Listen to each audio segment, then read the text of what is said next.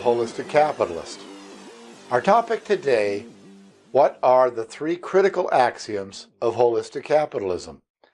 In my YouTube video called What is Holistic Capitalism, we defined holism and capitalism, stating our premise that traditional capitalism has systematically ignored or undervalued certain of the parts of the capitalist system.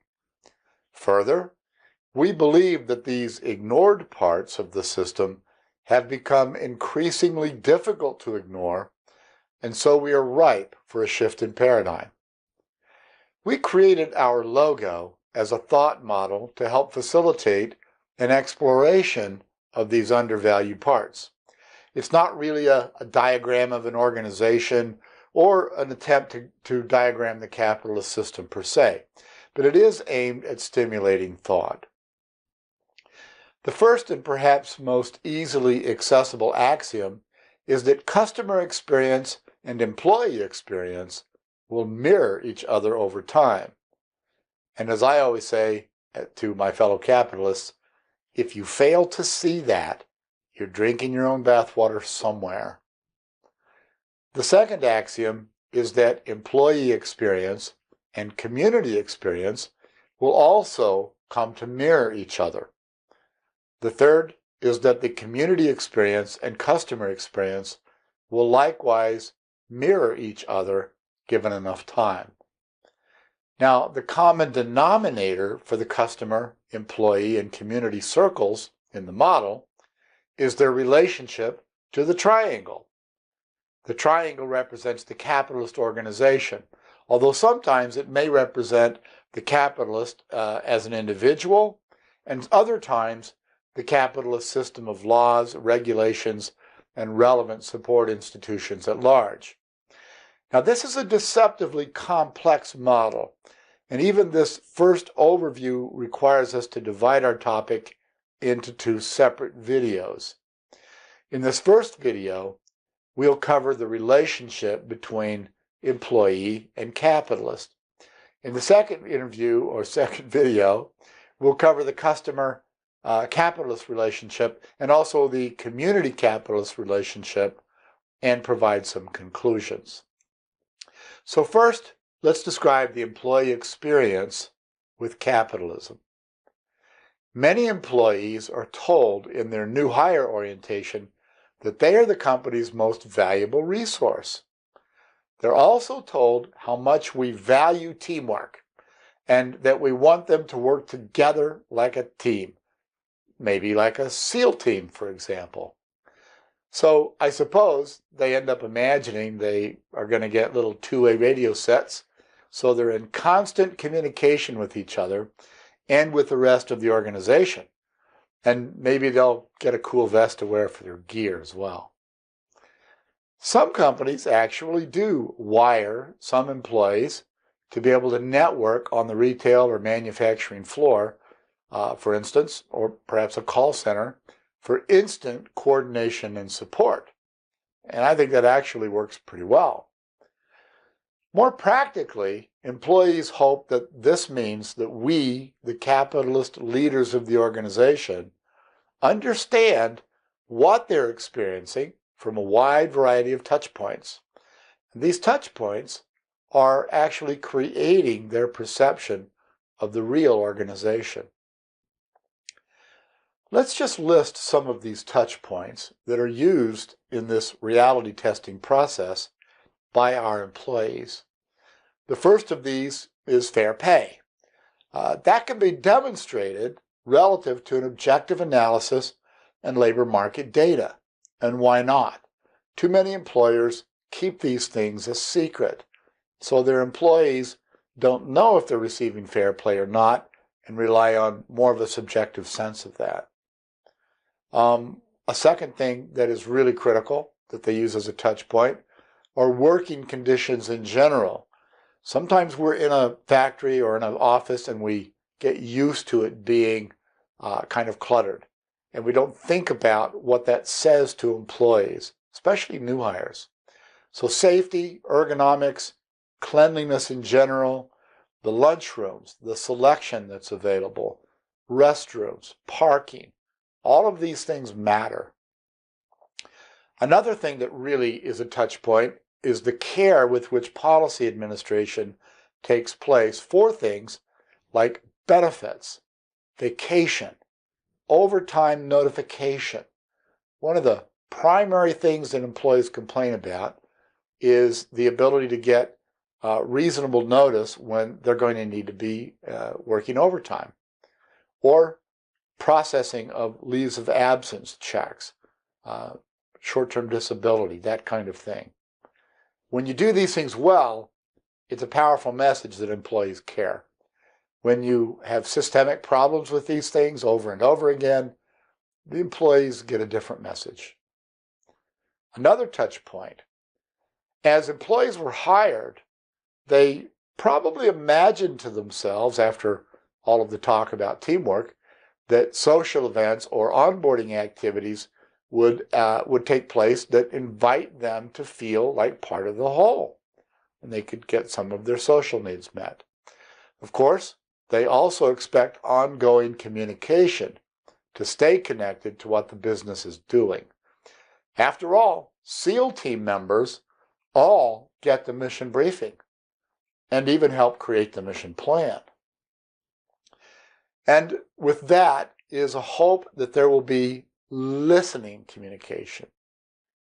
Listening communication gives employees some input to making operations or processes better for themselves and their needs, and also for the company. Some employees even hope there will be opportunities to grow and develop. One of the really critical touch points, the last one we'll mention here, is supervisor behavior.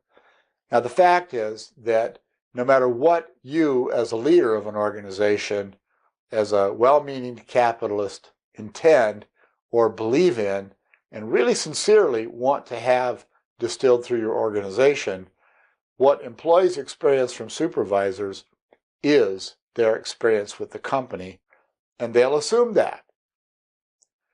Now, when these touch points don't happen for most employees, it feels reasonable to them to start concluding some things. One, that they're not really the most valuable asset of the organization after all. Two, their engagement in the whole is not actually valued or sought. And three, they're not going to be allowed to engage in self-organizing behavior towards worthy goals, regardless of how cool it would be if they did this whether managers were or were not watching. It's not going to happen. Four, they are just really a pair of hands or mercenaries after all. And that's a long way from a loyal SEAL team. Their main concern may become navigating the politics to keep a job for as long as possible, and this instead of focusing on the holistic purpose of the organization. If they're a physical worker, they may become preoccupied with making their bodies last until retirement. If they are a thought worker, they may be worried about burnout in much the same way. This focus may become a carefully crafted balance between working just enough to stay out of trouble and not working too much so their bodies or emotional well-being lasts. Again, this is a far cry from employees preoccupied with creating raving fans out of customers. Capitalists in the room, you may be a bit incredulous about this rant, but I've talked with many workers in my time, and their concern for physical longevity or for emotional well-being is heartfelt and real, and they were usually amazed that a member of senior management understood their concern. I even have my own experience right out of high school that reinforces this perception. I was placed in a work crew on a construction project and introduced to our supervisor. A bunch of us proceeded to an area of the project and were told to use pick and shovels to change the angle of a gradient. As the supervisor occasionally yelled out, "Ándale, muchachos," no political correctness on the construction site, We began to work. After a couple of hours, I noticed someone come up and talk to the supervisor. The supervisor then charged up the hill and said, "Okay, guys, you've got to pick it up." He then grabbed a pickaxe and said, "Do it like this." And he began flailing at the hill like a madman. Well, in a few minutes, the predictable happened. He was breathless, red in the face, and frankly, I was worried about him that he might have a heart attack or something. So we all picked up the pace as much as we thought we could sustain, knowing that the last 2 hours of a 12-hour day, we would do even harder work called streeting concrete. If you haven't done that before, it's not a lot of fun, especially when you're already tired. After another hour of this, we were reassigned, but not before noticing a grader moving into place to take down the grade of the hill in just a few minutes. After experiences like these, many employees drift into a reductionist versus a holistic mindset. Now remember, that's a focus on the parts in isolation and not in cooperation with other parts of the system in order to create a holism. Now this reductionist logic might go something like this. Since the leaders of the organization hired them, we, the leaders, must know what they are experiencing. If we do not know and we allow it to continue anyway, it is reasonable to conclude that we just don't care, usually with a few expletives thrown in right after the words, "those greedy bastards." The capitalist experience with employees. Let's turn our attention that direction and see what it looks like from the other side of the polarity. Well, despite popular opinion and what you may have heard in the press, many of us capitalists do care. Often, however, our concern is drifted into a philosophical or more of a conceptual concern. It's no longer a personal and connected experience for many of us. So in practical effect, we don't outwardly give enough experiences to our employees that say we care. It becomes part of the unspoken credo, in fact, of being an executive or a manager, not to become too emotionally attached. After all, we may have to discipline or even fire these people, and often we don't really have the training or the development in emotional intelligence that gives us the skills to do this with confidence, at least not with someone we genuinely care about as a person. How do we become detached from a real employee-employer experience? How does this take place? Well, we're immersed in a world of information about results, forecasts, metrics, and realize that we're fighting a relentless uphill battle of negative entropy. In other words, it is common in business that our own success invites competition, and competition is driving a commoditization of our business. This tends to lower shareholder return over time. Meanwhile, shareholders continue to want more profit margin, more growth, more return on investments. Now wait a minute, don't get too antagonistic towards shareholders. Through your 401k, you probably are an employee and a shareholder. Ask yourself, what rate of return do you expect on your investment? Now for clarity's sake, shareholders are also part of the community. Sometimes they're customers, and sometimes part of the capitalist system, all at the same time. We are not anti-shareholder here. From the traditional paradigm, executives go from one quarterly board meeting to the next, accounting for the performance of the business. Too often, the agenda is not a holism or focused on sustained ROI.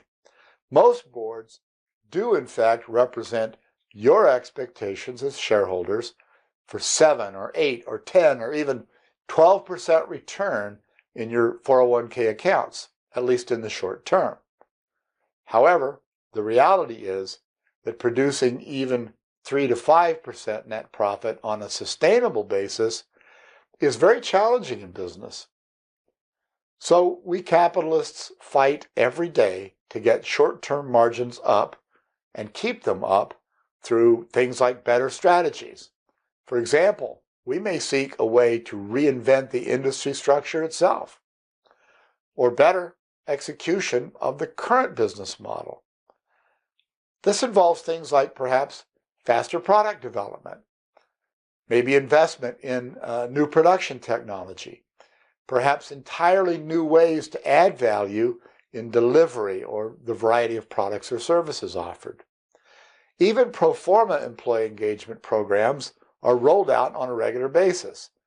Now keep in mind, in this vlog site, pro forma is kind of a pejorative.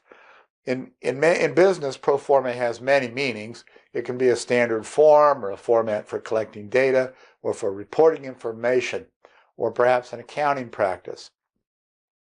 But here we refer to the Latin definition, which is for the appearance of, for the formality of it.